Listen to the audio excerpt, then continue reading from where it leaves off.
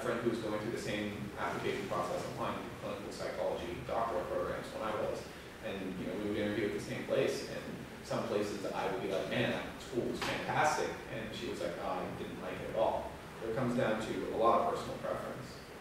Looking at attrition rates, I think, can be helpful. I can give you an idea of what the student body in general is thinking of that school. Also, this website right here, studentdoctor.net. I lived on that website for last year while I was applying to schools.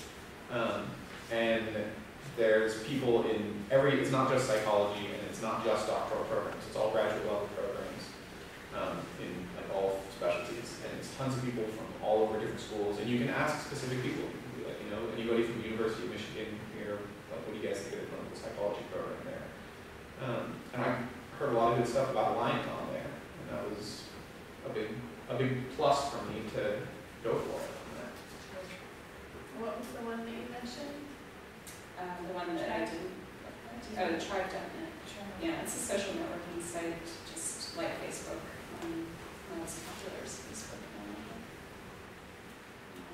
But going on Facebook or going on other networking sites or specific psychology or doctoral program related sites and just asking people to share with you some information is always helpful. That's great, because I think normally I would say go and try to get a list of graduates and try to talk to them. Sometimes it's really time consuming to do one, but I think if you got a negative review from that person, a lot of times it's around research. I couldn't get I'm not sure what they call it, the person that reads your thesis and is kind of your supervisor. I couldn't get them to give me feedback, or they were taking a long time to get back to me, or they just seemed to be going in a different direction and we couldn't get along. That can be difficult because they're kind of holding your thesis, and in front of you, and you're getting really anxious and wondering, can I complete this program if they don't approve it or they're not following up with me. So I think, maybe that's one person's experience, but if you start to see a pattern, and maybe that's through these networking sites that a lot of people are complaining about that would to me be a pretty big red flag, because it could possibly prevent you from finishing. So following that, on the issue of research, both of you have mentioned doing dissertation work. So is it important to, is it important to establish some sort of relationship with your eventual dissertation mentor in advance? Or if you can speak to that, how do you go about establishing a relationship with the people doing the research that you want to do, and how do you focus in on that? I can speak. Having just completed a dissertation. Thank you. I handed it in on Monday, so it was exciting.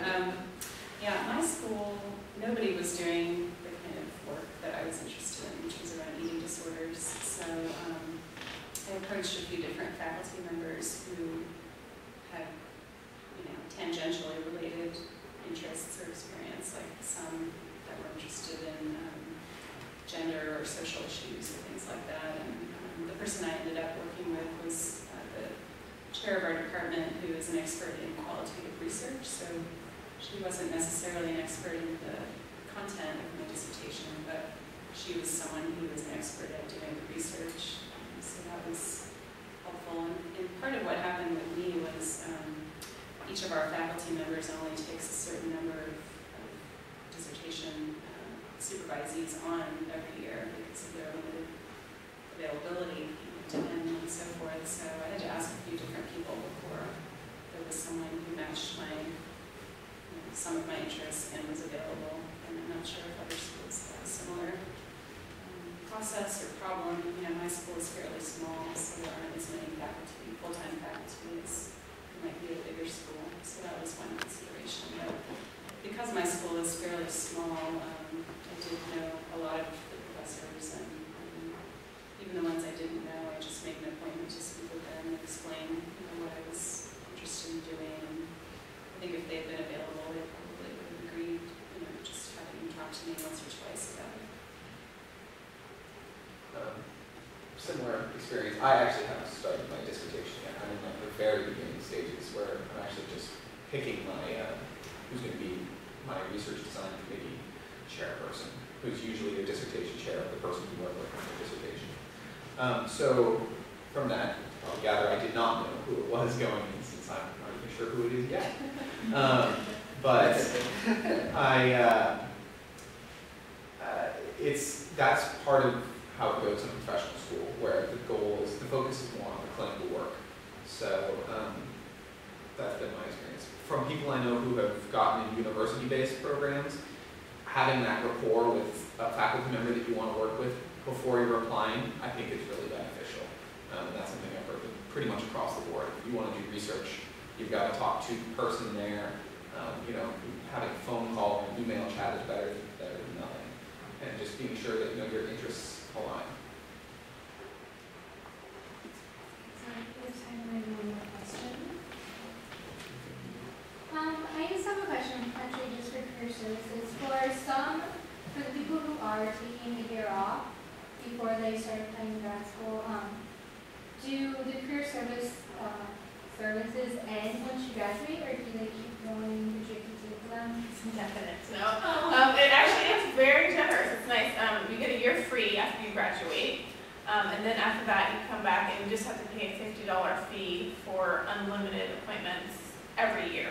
So an annual $50 fee after that first year, which is really good. And we have like the lowest fee in the Bay Area, and most schools have kind of a cutoff on how many sessions you can go to.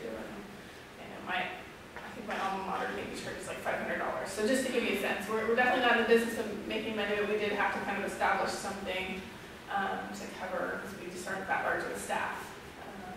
But yeah, you're welcome to come back, and many alums do, especially after just graduating. So just as like for reference, what kind of things do we bring to you in the career services center? So I mentioned the resume and cover letter. If there is an interview, you can do a mock interview with a counselor. We videotape it and give you feedback. You can also bring in your personal statement. We can help you find resources for grad programs. I listed some here. We don't call ourselves grad school experts. It kind of fell under our umbrella. The majority of the time we do career advising, but we're aware of some pretty good resources out there. And then I coordinate the annual Graduate Professional School Fair. So as alums, you're always welcome to come to that. It's always the first week of October. Next year will be October 4th. And trying to think what else. I mean, I can mention some other services. I don't know if they'd be applicable, but maybe if you're not sure what specialty area you want to go into, we do offer career assessments. And sometimes it's just kind of nice to be aware of assessments. We've gone into CAPS and introduced the assessments that we use, so they know that they can refer students to us if they want to explore their interests or their personality. I think personality is just good in general, being more self-aware before you even go onto a psych program, personally. So if you're interested in taking one of those, you can do that at the Career Center. And I did have a few more things on the personal statement. I mentioned some resources in here. I really found writing a winning personal statement to be a helpful book, but there's some other resources. And to me, I think it's important to list kind of like where you are currently and where you want to go. So, what did you do in the past that exposed you to psychology? Where are you currently? What are you studying? What are you doing currently? And then what are your ultimate goals? So that they have a clear sense you have some sort of string and some sort of connection.